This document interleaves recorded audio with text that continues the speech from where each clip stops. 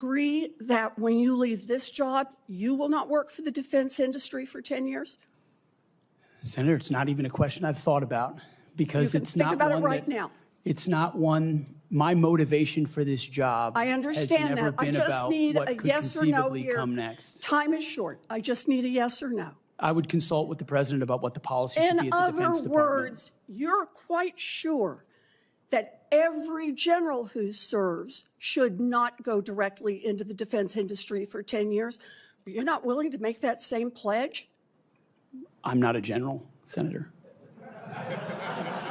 You'll be. After Pete Hegseth with everything they had, and he didn't even move, Elizabeth Warren walked into that hearing room thinking she was going to make Pete Hegseth look fake in front of the whole country. She had her small timeline ready, her small quotes ready, her small gotcha moment all set to go. And what happened? Pete Hegseth looked straight at her and stayed strong, and the Democrats are really mad about it. Before we go any further, if you think the mainstream media is scared of strong conservatives like Pete Hegseth actually having power, hit that subscribe button right now and join the Uncensored Headlines family. We are not going anywhere. Now let's get into it. Thank you, Mr. Hegseth. Senator Warren. Thank you, Mr. Hegseth. Senator Warren. Thank you, Mr. Chairman. And Mr. Hegseth, thank you. Thank you for your service. So if you're confirmed as Secretary of Defense, you will oversee our military, including about 250,000 women who currently serve on active duty in the Army, the Navy, the Air Force, the Space Forces, and the Marines. And I have serious concerns that your behavior toward women disqualifies you from serving in this role. Now, I've been trying to get answers from you for quite some time on this. You haven't wanted to meet or to answer any of my questions, so we'll just have to do it here and dive in. I want to pick up on some of the questions asked by Senators Shaheen and Gillibrand and Hirono, and I just want to make sure we have a list of some of the facts that I think are undisputed. I'm not going to talk about anonymous sources. I'm just going to quote you directly. We've got the video. We've got it in print. So going back to January 2013, you told a Fox News interviewer that women in the military simply couldn't measure up to men in the military, saying that allowing women to serve in combat roles would force the military to lower the bar. You picked up on that same theme in 2015, making remarks on Fox News, referring to women in combat as, quote, it would erode standards. June 2024, you said on Ben Shapiro's podcast, quote, women shouldn't be in combat at all. And then, of course, we've talked about it in 2024. You published a book, and you say on page 26 of your book, we need moms, but not in the military, especially in combat units. Page 48 of your book, you claim that women should not be in combat roles because men are distracted by women. And then 10 weeks ago, you appeared on the Sean Ryan show and said, I'm straight up just saying we should not have women in combat roles. Now, I presume you recall making all these statements? Senator, I'm not familiar with the article you're pointing to in 2013, but it underscores my argument completely because in that 2013 argument, I was talking about standards. No, standards are what it's always been about, let's not Senator. have this same fight again. Always been about Senate I've quoted standards. you directly. We've got the video. We're happy to show it. But I want to be clear here. For 12 years, you were quite open about your views, and your views were consistently the same. Women are inferior soldiers, sailors, Marines, airmen, and guardians.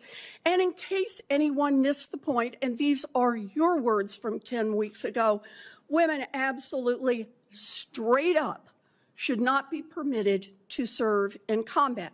And I notice on each of these quotes, those are said without qualification. It's not by how much you can lift or how fast you can run. They don't belong in combat, period, or your words, straight up. And then on November 9th, 2024, just 32 days after your last public comment saying that women absolutely should not be in combat, you declared that, quote, some of our greatest warriors are women, and you support having them serve in combat. Now, that is a very, very big about face in a very, very short period of time. So help me understand, Mr. Hegseth, what extraordinary event happened in that 32-day period that made you change the core values you had expressed for the preceding 12 years? Senator, again, I very much appreciate you bringing up my comments from 2013 because for me, this issue has always been about standards. And unfortunately, because of some of the people that have been in political power for the last 4 years, priorities other than standards, lethality, and meritocracy have driven decision-making. I'm quoting you from the podcast. Women shouldn't be in combat at all. Where is the reference to standards that they should be there if they can carry, if they can run? I don't see that at all, Mr. Hegseth. What I see is that there's a 32-day period in which you suddenly have another description about your views of women in the military. And I just want to know, what changed in the 32 days that the song you sang is not the song you come in here today to sing? Senator, the concerns I have and the concerns that many have had, especially in ground combat units, is that in pursuit of certain percentages or quotas, standards have been changed. And that makes the combat more difficult for everybody involved. Let me make a suggestion about what happened in that 32 days. You got a nomination from President Trump. Now, I've heard of deathbed conversions, but this is the first time I've heard of a nomination conversion. And I hope you understand that many women serving in the military right now might think that if you can convert so rapidly your long-held and aggressively pursued views in just 32 days, that 32 days after you get confirmed, maybe you'll just reverse those views and go back to the old guy who said straight up, women do not belong in combat. Now, Mr. Hegseth, you have written that after they retire, generals should be banned from working for the defense industry for 10 years. You and I agree on the corrosive effects of the revolving door between the Pentagon and defense contractors. It's something I would have liked to talk with you about if you'd come and been willing to visit with me. But the question I have for you on this is, will you put your money where your mouth is? Warren starts by telling Hegseth she has serious worries that his behavior toward women, her words, makes him unfit to serve as Secretary of Defense. She has quotes. She has dates. She goes back to 2013, 2015, 2024. She's quoting his book. She's going all the way back to Ben Shapiro's podcast. She even brings up the Sean Ryan show.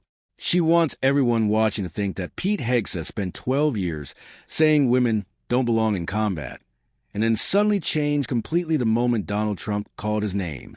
Here's the thing, though. Here's what Warren doesn't want you to see. Pete Hegseth never said women are less than men. That's her word. That Elizabeth Warren's word, not his.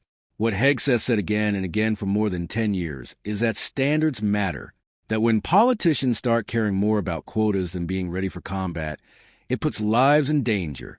That is not a statement about women. That is a statement about officials who use the military like a test project, while real men and women pay the price with their lives in war. Warren tried to turn a talk about military readiness into an attack campaign, and Hegseth didn't let her do it.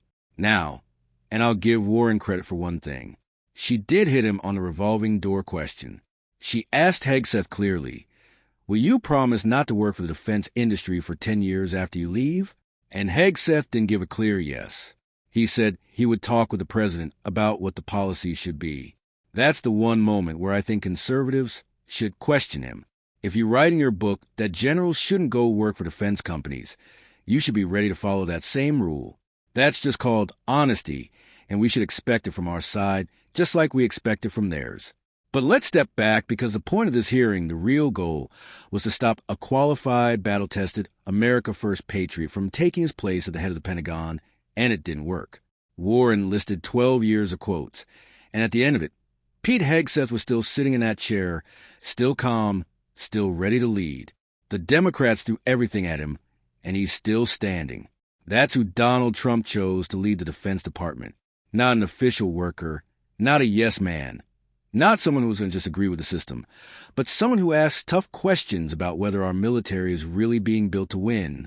Elizabeth Warren doesn't like those questions because she spent her whole career making sure the right people never get to ask them. Subscribe, share this video, and tell everyone in Censor Headlines is the place you come to when you want the truth they don't want you to hear. We'll see you in the next one.